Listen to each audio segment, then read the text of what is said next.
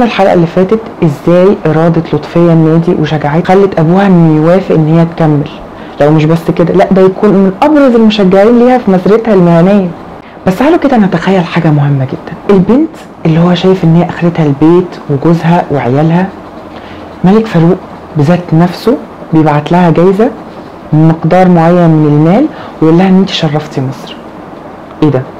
لا ومش بس كده، لا دي هدى شعراوي كمان تقول لها انت شرفتي مصر ورفعتي راسنا.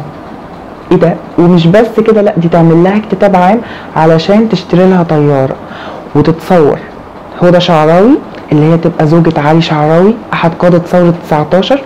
ومش بس كده، لا ده هي كمان بتتصور مع طلعت حرب اللي هو رائد الاقتصاد المصري. تخيلوا الاحساس هيكون عامل ازاي، فخر، فرح، انبساط، حاجات كتيرة جدا جدا.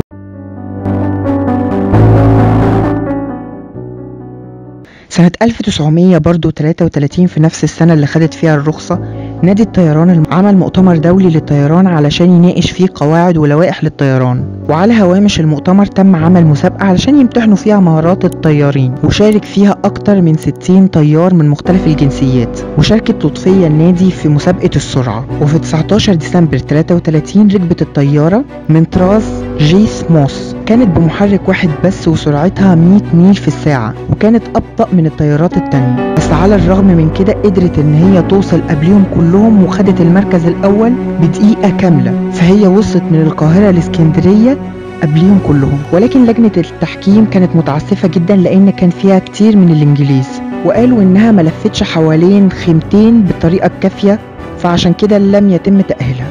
لما عرف الملك فاروق الحكاية دي غضب جدا، وادى جايزة شرف للطفية النادي قيمتها 200 جنيه، وساعتها كانوا 200 جنيه حاجة كبيرة جدا في الوقت ده. وكتب عنها الكاتب الكبير سلامة موسى، ولكن مصر حاربت هذه التقاليد ونجحت في محاربتها، واثبتت ان المرأة المصرية ليست قاعدة البيت، وان فيها من الاقدام والاقحام ما هو جدير باعجاب العالم. وها نحن ذا نرى ثمرة التطور في لطفية النادي التي يشمخ كل مصري برأسه افتخارا بها. وكمان قال عنها احمد حسن الزيات، كل ده طبعا كان في الصحف.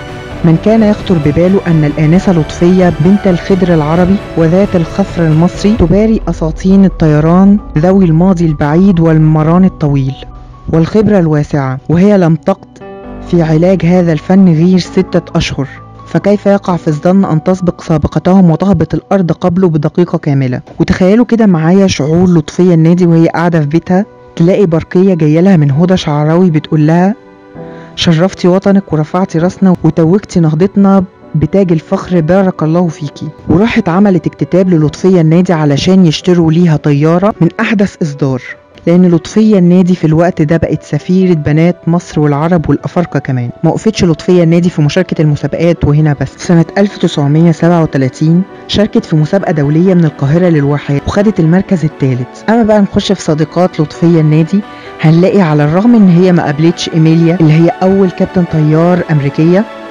واول كابتن طيار في العالم كله، الا ان كان في ما بينهم مراسلات، كل واحده بتحكي للتانيه عن القصص بتاعه الطيران بتاعتها واغرب اللي حصل لها في الطيران. وبعد كده اعتزلت لطفيه نادي الطيران علشان تكون سكرتير عام في نادي الطيران اللي شاركت فيه وبدات في تاسيسه وعملت جهد كبير جدا فيه. بعد كده سافرت سويسرا، وسويسرا ادتها الجنسيه بتاعتها تكريما ليها. اتعمل عنها فيلم وثائقي اسمه اقلاع من الرمال سنه 1996. في الفيلم ده سالوها هو انت ليه جريتي ورا حلمك كده؟ قالت لان انا كنت عايزه ان انا اكون حره. وفي سنه 1997 الفيلم ده حصل على جائزه المجلس الاعلى للثقافه في سويسرا. وفي سنه 2002 تموت لطفية نادي في القاهرة عن عمر 95 سنة، ويحتفل بيها جوجل النسخة العربية منه في 2014 ويحط الصورة بتاعتها. اعتقد ان خلاصة القصة دي، قصة لطفية النادي، في كلمتين: الإرادة والقوة. إرادة لطفية النادي إن هي عمالة تخبط على كل الأبواب وتروح لده وتروح لده وتروح لده بس علشان تحقق حلمها. وبعد ما بقت تشتغل وبقت بتتدرب في نفس ذات الوقت، كان ممكن تيأس تقول هو اشمعنى أنا اللي بشتغل وبتدرب وبعمل كل ده والتدريب كان بياخد وقت كتير جدا وأكيد كانت بتتهلك، ليه أنا بيحصل لي كل الكلام ده؟ كان ممكن تيأس وتقول ما أنا مش عايزة بقى ألعب وخلاص. بس هي ما يأستش، وكملت واستمرت واستعانت بقوة شخصيتها علشان تكمل اللي هي عايزاه وتحقق حلمها، الحلم اللي كان الناس شايفينه في وقتها ان الحلم ده مستحيل اساسا توصلي. بس افتكروا دلوقتي في كام لطفية النادي، وهل هي اختفت؟